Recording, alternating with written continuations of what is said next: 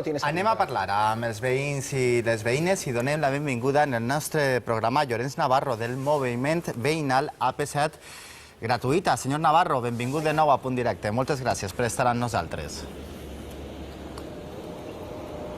Hola, bones tardes a totes i a tots. Ja el veig ahí. Dir-vos que estem aquí...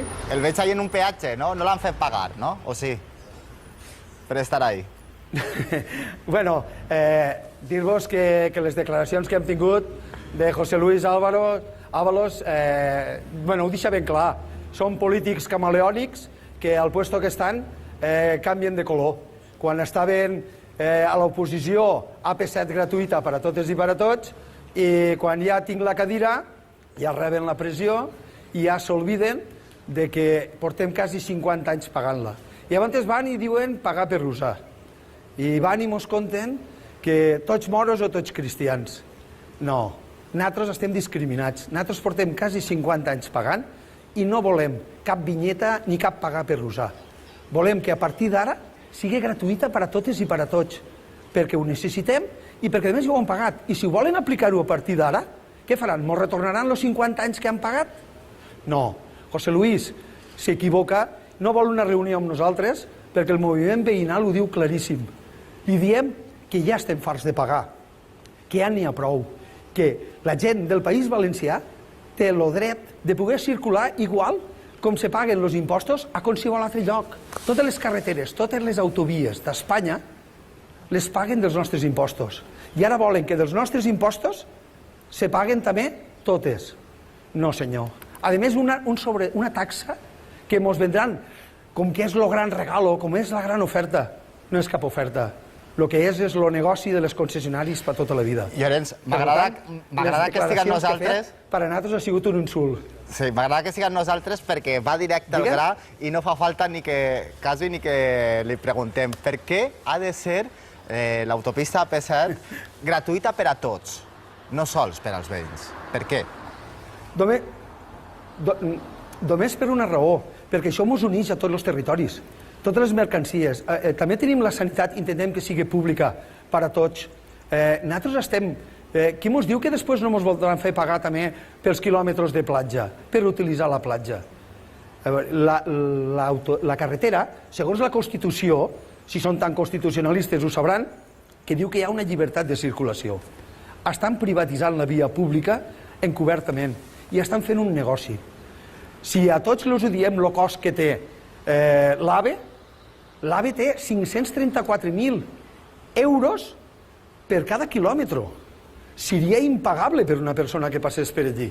Per tant, donem en compte, les autopistes se van fer en el seu moment en capital privat perquè l'estat espanyol no ho tenia per a fer.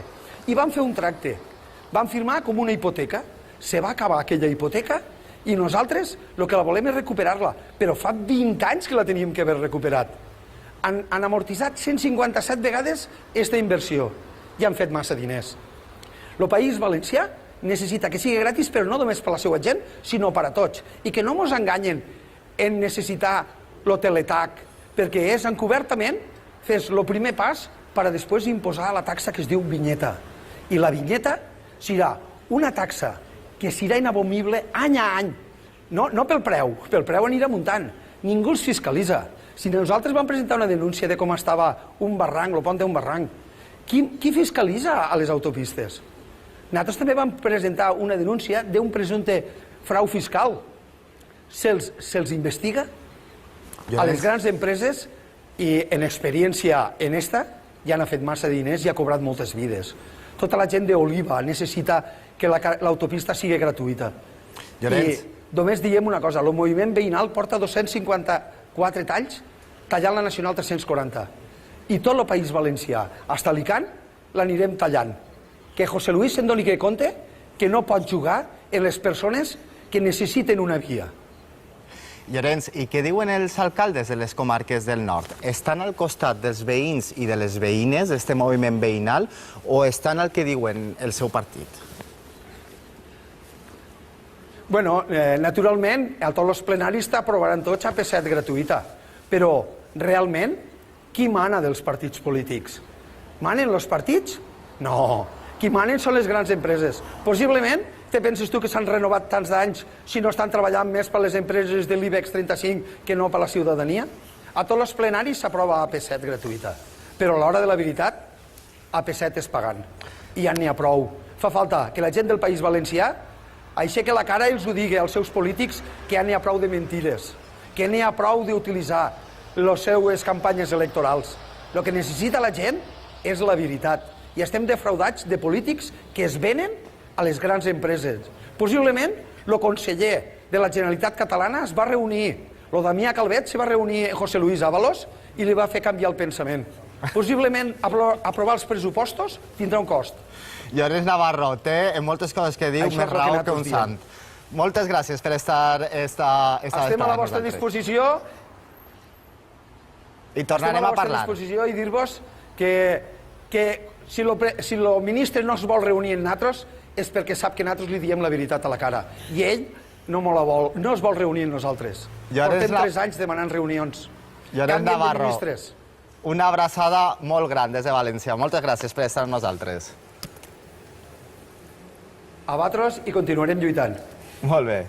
El moviment veïnal és molt important en tot aquest assumpte. Portem molts anys reivindicant això per a escoltar que ara, quan pràcticament està exhaurida, que queda un poc més d'un any, que es van a dir que tornen a pagar. És que